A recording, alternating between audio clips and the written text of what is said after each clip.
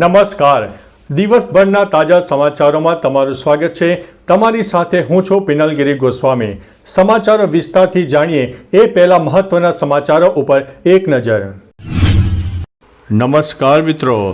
આજે તારીખ 26 ફેબ્રુઆરી 2025 છે. ત્યારે આજની વિડીયોમાં વાત થશે દેશ અને દુનિયાના સુપરફાસ્ટ સમાચારની. હેડલાઇન્સ ઉપર નજર નાખીએ તો જીપીએસસીની તૈયારી કરનાર ઉમેદવારો માટે માઠા સમાચાર સામે આવ્યા. ત્યારે વાત થશે અમરેલી લેટરકાંડની પોલીસ તપાસમાં ઘીના ઠામમાં ઘી. ત્યારે આગળ વાત થશે સીબીએસઈ બોર્ડની પરીક્ષા 2 વખત લેવામાં આવશે. આગળ વાત થશે હેડલાઇન્સ ઉપર પણ મોટી નજર નાખીશું. ત્યારે વાત થશે ગુજરાતના 21 માછીમારો પાકિસ્તાનમાંથી મુક્ત કરવામાં આવ્યા છે. આગળ વાત થશે ચાર્ટર્ડ એકાઉન્ટના ઘરમાંથી 27 લાખની ચોરી થઈ છે.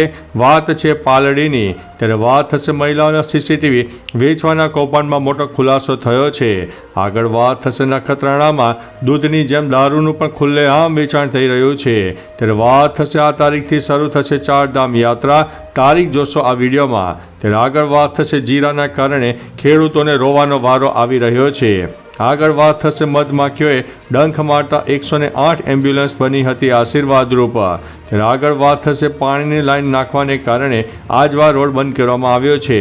આગળ વાત થશે સામાન્ય ઝઘડામાં યુવાનની હત્યા થઈ, 10 લોકોને ઝડપી પાડવામાં આવ્યા છે. હવે મિત્રો સમાચારો વિસ્તારથી. સુરતના ઉત્તરાયણ પોલીસ હદ વિસ્તારમાં આવેલા વેલંજા ધારા સોસાયટીમાં સામે અંબાવિલા સોસાયટી ખાતે પારસે વિકર્યા તેના મિત્રો સાથે બેઠો હતો. ત્યારે 10 જેટલા ઈસમો આવીને પારસ અને તેના મિત્રો ઉપર હુમલો કરીને પારસની હત્યા કરીને ફરાર થઈ ગયા છે. ઘટનાની જાણકારી મળતા ઉત્તરાયણ પોલીસે ગુનો નોંધીને 10 લોકોની ધરપકડ કરીને કાર્યવાહી હાથ ધરી છે.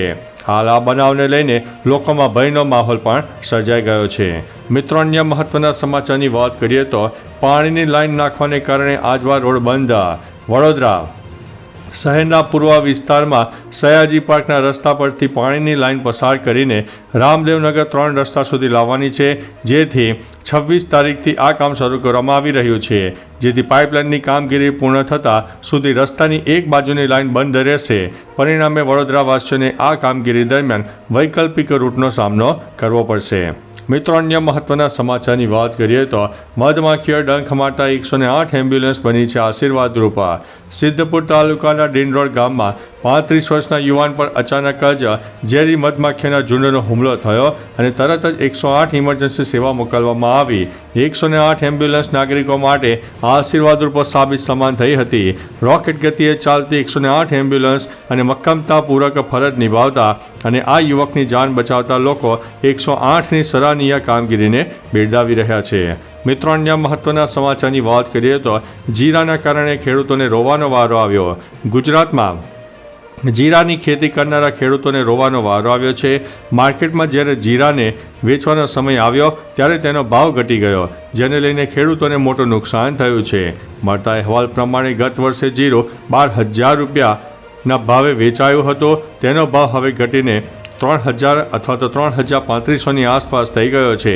ખેડૂતો મુજબ મળતા ઓછા ભાવના સામે સરકાર દ્વારા જીરુની નિકાસ કરવામાં આવે તો ભાવ વધી શકે છે. મિત્રો અન્ય મહત્વના સમાચારની વાત કરીએ તો આ તારીખથી શરૂ થશે ચારધામ યાત્રા.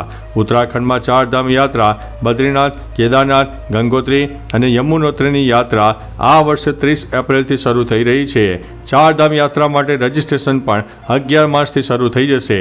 આ વખતે યાત્રાનું રજિસ્ટ્રેશન પ્રક્રિયાને આધાર કાર્ડ સાથે જોડવાની પ્રક્રિયા ચાલી રહી છે.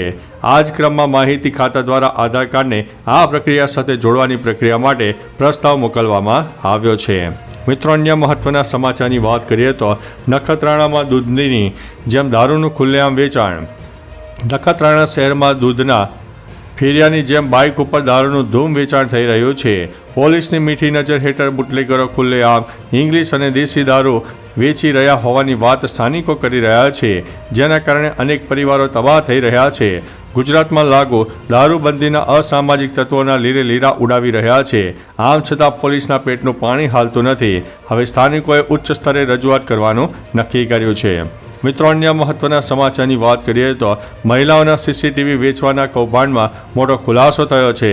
રાજકોટની હોસ્પિટલના મહિલાઓના ચેકઅપ સમયના સીસીટીવી ફૂટેજ વેચવાના કૌભાંડમાં મોટો ખુલાસો થયો. સાયબર ક્રાઇમે ધરપકડ કરેલા રાયન પરેરા, પરિત ધામેલિયા અને વૈભવ માને છેલ્લા 1 વર્ષથી ટેલિગ્રામ મારફતે વિડીયો વેચતા હોવાનું સામે આવ્યું છે. આરોપીઓએ પુરાવા નષ્ટ કરવા માટે ફોન અને લેપટોપ પણ ફોર્મેટ કર્યા, પરંતુ પોલીસે ડેટા રિકવર કરવાનો પ્રયાસ પણ કર્યો હતો અને કોર્ટે આરોપીઓના રિમાન્ડ પણ મોકલી દીધા છે. મિત્રો, અન્ય મહત્વના સમાચારની વાત કરીએ તો સીએના ઘરમાંથી 27 લાખની ચોરી. પાલડી પીટી કોલેજ ખાતે આવેલી સરિતા કુંજ સોસાયટીમાં 27 લાખની ચોરી થતાં પોલીસે તપાસ હાથ ધરી છે. સોસાયટીમાં રહેતા વૃદ્ધ ચાર્ટર્ડ એકાઉન્ટન્ટ તેમના પત્ની સાથે ફાર્મ હાઉસ ગયા હતા, ત્યારે તેમના ત્યાં કામ કરતા ઘરઘાટી હાથ સાફ કરી નાખ્યો. આરોપીએ ઘરમાં રહેલા ડિજિટલ લોકરમાંથી પાસવર્ડ નાખીને દાગીના, મોંઘીદાટ ઘડિયાળો અને રોકડા સહિત 27 લાખની ચોરી કરી છે. મિત્રો, અન્ય મહત્વના સમાચારની વાત કરીએ તો ગુજરાતના 21 માછીમારો પાકિસ્તાનમાંથી મુક્ત. પાકિસ્તાને 22 ભારતીય માછીમારોને મુક્ત કર્યા છે, જેમાં 21 માછીમારો ગુજરાતના છે. વાઘા બોર્ડરથી તેઓ ટ્રેન મારફતે વડોદરા પહોંચ્યા, જ્યાં મેડિકલ ચેકઅપ બાદ બસ દ્વારા વતન રવાના કરાયા. આમાં 15 ગીર સોમનાથ, 3 દ્વારકાના, 3 દીવના છે. દરિયામાં માછલી પકડતા ગુલામ બનાવાયેલા માછીમારોને આખરે સ્વતંત્રતા મળતા વતનમાં હોળી પહેલાં દિવાળી જેવો ઉત્સવ પણ સર્જાયો હતો. મિત્રો, અન્ય મહત્વના સમાચારની વાત કરીએ તો હેડલાઇન્સ ઉપર નજર નાખીએ. આજે મહાશિવરાત્રિ નિમિત્તે રાજ્યભરના શિવ મંદિરોમાં ભક્તોની ભારે ભીડ જોવા મળી. મહાશિવરાત્રિ પર મહાકુંભનું છેલ્લું શાહી સ્નાન આજે છે. મહાશિવરાત્રિ પર કાશી વિશ્વનાથ મંદિર 36 કલાક ખુલ્લું રહેશે. પર્વતીય રાજ્યોમાં ભારે હિમવર્ષા અને વરસાદની ચેતવણી. યુરોપિયન યુનિયનના વડા ઉર્સુલા પીએમ મોદીના આમંત્રણ પર આવતીકાલે ભારતની મુલાકાતે આવશે. મિત્રો, અન્ય મહત્વના સમાચારની વાત કરીએ તો બોર્ડની પરીક્ષા 2 વખત લેવામાં આવશે. સીબીએસઈ બોર્ડે ધોરણ 10ની પરીક્ષાને લઈને મહત્વનો નિર્ણય લીધો છે. વર્ષ 2026થી 10મા ધોરણની પરીક્ષા વર્ષમાં 2 વાર લેવાનો નિર્ણય કર્યો છે, જેમાં પ્રથમ પરીક્ષા 27 ફેબ્રુઆરીથી 6 માર્ચ, બીજી પરીક્ષા 5 મેથી 20 મે દરમિયાન લેવાશે. ખાસ કે બોર્ડ પરીક્ષા યોજવા માટે ડ્રાફ્ટ રેગ્યુલેશન મંજૂરી આપી છે. 9મી માર્ચ સુધીમાં પોલિસીને અંતિમ સ્વરૂપ આપવામાં આવશે. આ પોલિસીથી વિદ્યાર્થી પાસે પરીક્ષા પાસ કરવાના 2 વિકલ્પો રહેશે. મિત્રો, અન્ય મહત્વના સમાચારની વાત કરીએ તો અમરેલી લેટર કાંડની પોલીસ તપાસમાં ઘીના ઠામમાં ઘી. અમરેલી લેટર કાંડ મામલે રાજ્યના પોલીસ તંત્રમાં ભૂકંપ સર્જાયો છે. પાયલ ગોટી દ્વારા કરાયેલા ગંભીર આક્ષેપો અને વિધાનસભામાં આ મુદ્દો ગાજ્યા બાદ રાજ્યના પોલીસ વડા વિકાસ સહાયે આકરું વલણ અપનાવ્યું છે. તાત્કાલિક અસરથી 3 પોલીસ અધિકારીઓની બદલીના આદેશો જારી કરીને તેમને કડક કાર્યવાહી કરવાનો સંકેત આપ્યો છે. મિત્રો, અન્ય મહત્વના સમાચારની વાત કરીએ તો જીપીએસસીની તૈયારી કરનારા ઉમેદવારો માટે માઠા સમાચાર છે. ગુજરાત જાહેર સેવા આયોગ દ્વારા એક અગત્યની જાહેરાત કરવામાં આવી છે, જેમાં નાયબ કમિશનર કુટીર ઉદ્યોગ વર્ગ 1 અને મદદનીશ કમિશનર કુટીર ઉદ્યોગ વર્ગ 2ની ભરતી રદ કરાઈ છે. બંને બેઠકોમાં 3 જગ્યા માટે ભરતી જાહેર થઈ હતી. તો ચાલો મિત્રો, ફરીથી દેશ અને દુનિયાના સુપરફાસ્ટ સમાચાર લઈને મળતા રહીશો. ત્યાં સુધી અમને રજા આપશો. નમસ્તે.